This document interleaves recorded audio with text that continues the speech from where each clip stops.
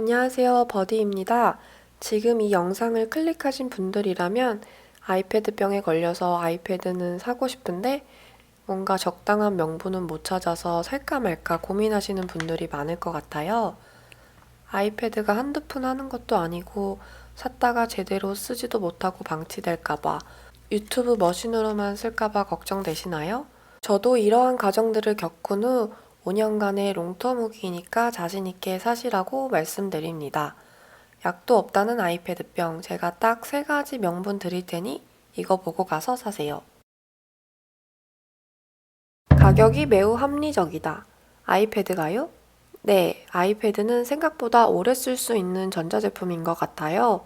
저는 2019년 8월에 아이패드 6세대와 애플 펜슬 1세대를 50만원 초반에 구입해서 아직까지도 매우 잘 쓰고 있습니다. 저만 그런 게 아니라 이 영상의 댓글을 보시면 아이패드를 5년 이상 쓰신 분들이 많아서 자신있게 말씀드립니다. 그러니 최소 5년 사용한다고 가정했을 때 1년에 10만원, 한 달에 8,333원, 하루에 273원을 쓴 꼴입니다.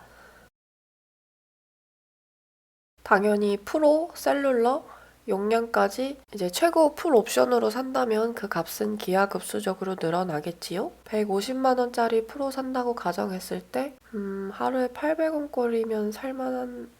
사실 이번 영상을 만들면서 저도 아이패드 산 지가 엄청 오래됐으니까 가격은 어떤지, 프로는 대체 누가 어디에 쓰는 물건일까 하고 찾아봤거든요. 근데 애플 공홈에서 에어 소개를 보고 정말 확실히 느꼈습니다. 트림블 스케치업에서 집 모델링을 구상하거나 젠레스, 존 제로 같은 최신 트리플 A 게임을 즐길 때는 물론 온봄에서 AI 기반 모션 트래킹을 사용해 골프 스윙 자세를 정밀하게 교정하는 일. 혹시 이런 일을 하실 건가요?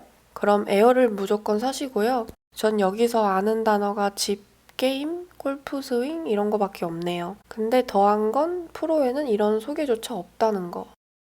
게임에 대한 얘기밖에 없어요.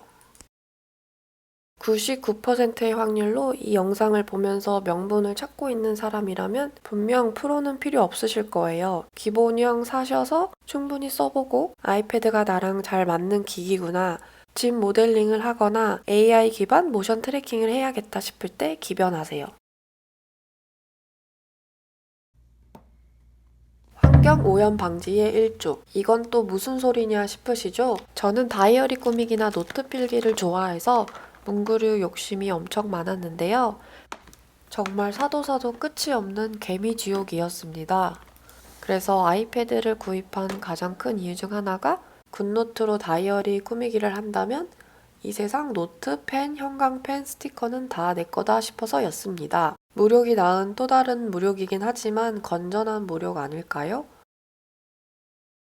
우리 책 엄청 사서 봐야 하잖아요. 저는 아이패드와 이북 리더기를 구입한 뒤 종이책 사는 빈도가 90% 이상으로 줄었어요.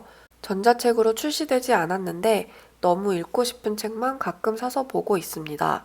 물론 아이패드를 만들고 나중에 처분할 때 나오는 쓰레기에 대해서는 무시할 수 없지만 그건 우리의 영역을 벗어난 일이고 아이패드는 사야 하잖아요. 대단한 환경운동가가 아닌 이상 생활 속에서 내가 실천할 수 있는 일이라도 하는 게 현대인의 도리라고 생각합니다. 아이패드를 쓰면 확실히 페이퍼리스 삶에 가까워지게 됩니다. 아이패드도 사고 환경오염 방지 1조도 하고 도랑치고 가재 잡으세요. 당신의 포텐셜을 터뜨려줄 유일한 전자기기. 사실 위에 2개는 개수 채워줄 명분이었고 이게 가장 핵심이에요. 명분이 아니고 아이패드 5년 사용자가 구매를 강력히 추천합니다. 아이패드가 사기 전에는 선망의 대상이다가 막상 사고 나서 써보면 만족도가 사람마다 굉장히 천차만별이더라고요. 이건 아이패드를 어떻게 활용하는가도 있겠지만 사용 기간의 차이도 클 것 같아요. 일반 유저라면 처음에는 아이패드 사서 그림도 그리고 다이어리도 쓰고 책도 읽고 공부도 하고 유튜브 영상 편집도 해야지 해서 유료 프로그램 몇 개 사서 끄적여 보다가 결국 다 안 하게 되고 넷플릭스만 보게 되더라 라는 후문 한 번쯤 들어보셨을 거예요.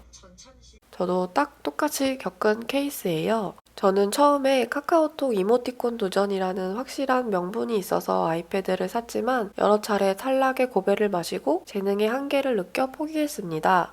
난 참 재능도 없는데 끈기도 없고 충동적으로 아이패드나 사서 처박아 두고 한심한 쓰레기구나 자괴감도 많이 느꼈어요. 근데 제가 아이패드를 5년 사용해 보니까 뭘 하다가 중도 포기해도 그건 실패가 아니고 배움의 과정이고 새로운 도전의 발판이라는 것을 느꼈습니다. 이모티콘 도전이라는 단편적인 목표에서는 실패한 게 맞지만 저는 이 실패의 과정에서 프로크리에이트라는 프로그램을 배우게 되었고 초보 입장에서 사용 꿀팁을 블로그와 유튜브에 올렸어요. 미천이 바닥나 이 컨텐츠는 많이 올리지 못했지만 블로그 운영 방법, 영상 편집 방법, 구글 애드센스로 수익 창출하는 방법을 또 배우게 되었어요.